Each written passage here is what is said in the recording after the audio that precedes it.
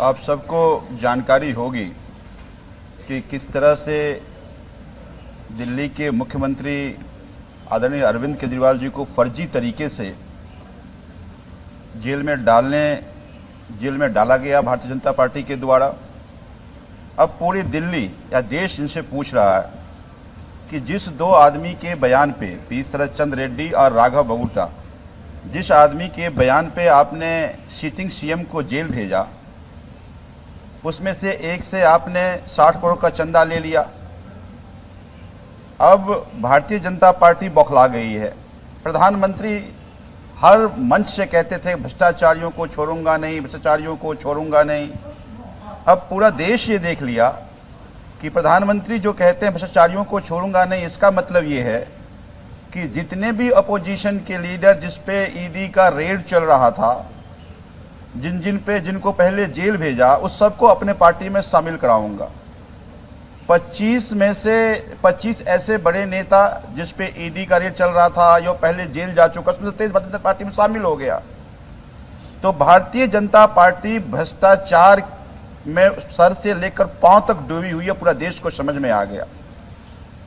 अब दिल्ली की जनता, जिस इलाके में भारतीय जनता पार्टी के नेता जा रहे हैं, सब पूछ रहे हैं कि भाई उस शराब कारोबारी जिसको आप किंगपिन कहते थे, उससे कैसे आपने 60 करोड़ का रुपया, 60 करोड़ चंदा ले लिया।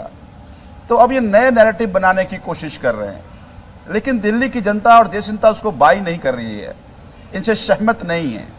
अब इनको लगता है कि ये हमारा जो उल्टा पर, पूरा दाव ही हमारा उल्टा पड़ गया। तो रोज नए नए चीज लेकर के आ जाते हैं, रोज नई नई बातें करने लगते हैं।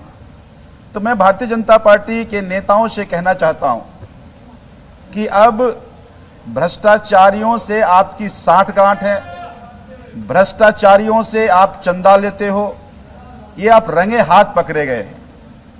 और अब देश की जनता आपसे पूछना चाहती है, हम लगातार पूछ रहे हैं कि अगर वास्तव में कोई भ्रष्टाचार से आपका लेना देना है, तो पहले आपको ये जवाब देना पड़ेगा कि जिसको आप एक्साइज पॉलिसी के घोटाले का किंगपिन कहते थे, पी शरद चंद्र रेड्डी से आपने 60 करोड़ रुपए क्यों लिए।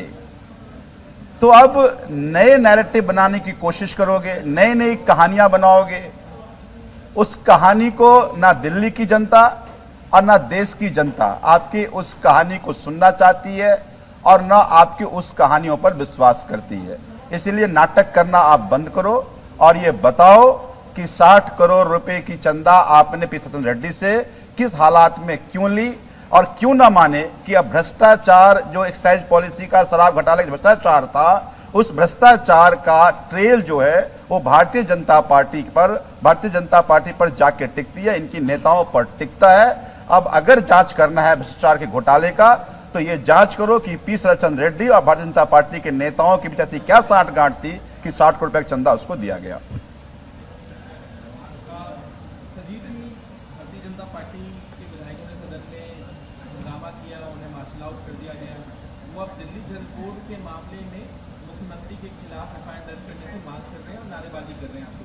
अब रोज नई कहानियां हुई। तो मैंने कहा कि क्या क्या नहीं कर लिए। कभी कहा कि एक्साइज में घोटाला हो गया, कभी कहा स्कूल में घोटाला हो गया, कभी कहा ट्रांसपोर्ट में घोटाला हो गया, कभी कहा मोहल्ला क्लिनिक में घोटाला हो गया, कभी कह रहे हैं जल बोर्ड में घोटाला हो गया।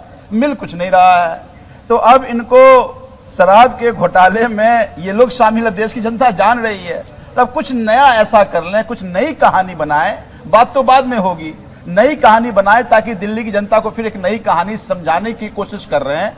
दिल्ली की जनता अब इनके इस तिक्रम में आने वाली नहीं है।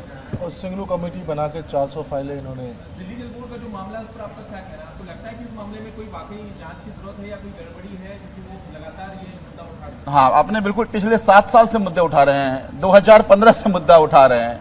तो ये केवल मुद्दा उठाते हैं, मुद्दों की बात करते हैं। जैसा अभी ऋतुराज भाई ने बताया, एक बात बताइए, 2016 में आपने शुंगलू कमेटी बनाई, शुंगलू कमेटी बनाकर एक एक फाइल की आपने जांच कर ली।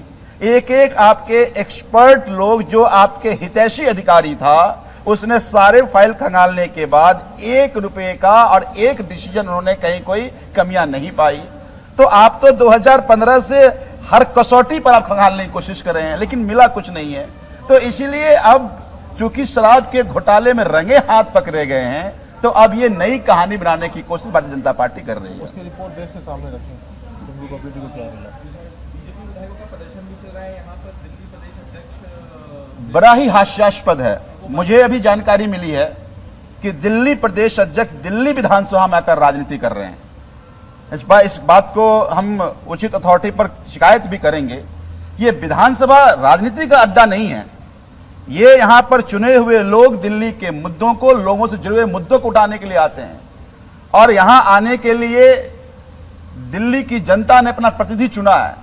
तो भारतीय जनता पार्टी दिल्ली विधानसभा परिसर को अगर राजनीतिक अखाड़ा बनाएगी तो ये हम बर्दाश्त नहीं करेंगे। या कोई एक्शन आप लोग लेंगे या क्या? बिल्कुल हम उचित फोरम पर इसकी शिकायत करेंगे। नियम क्या कहता है? आप दिल्ली विधानसभा के परिसर में कोई भी राजनीतिक व्यक्ति आकर के ना तो कोई प्रोटेस्ट कर सकता है और ना किसी तरह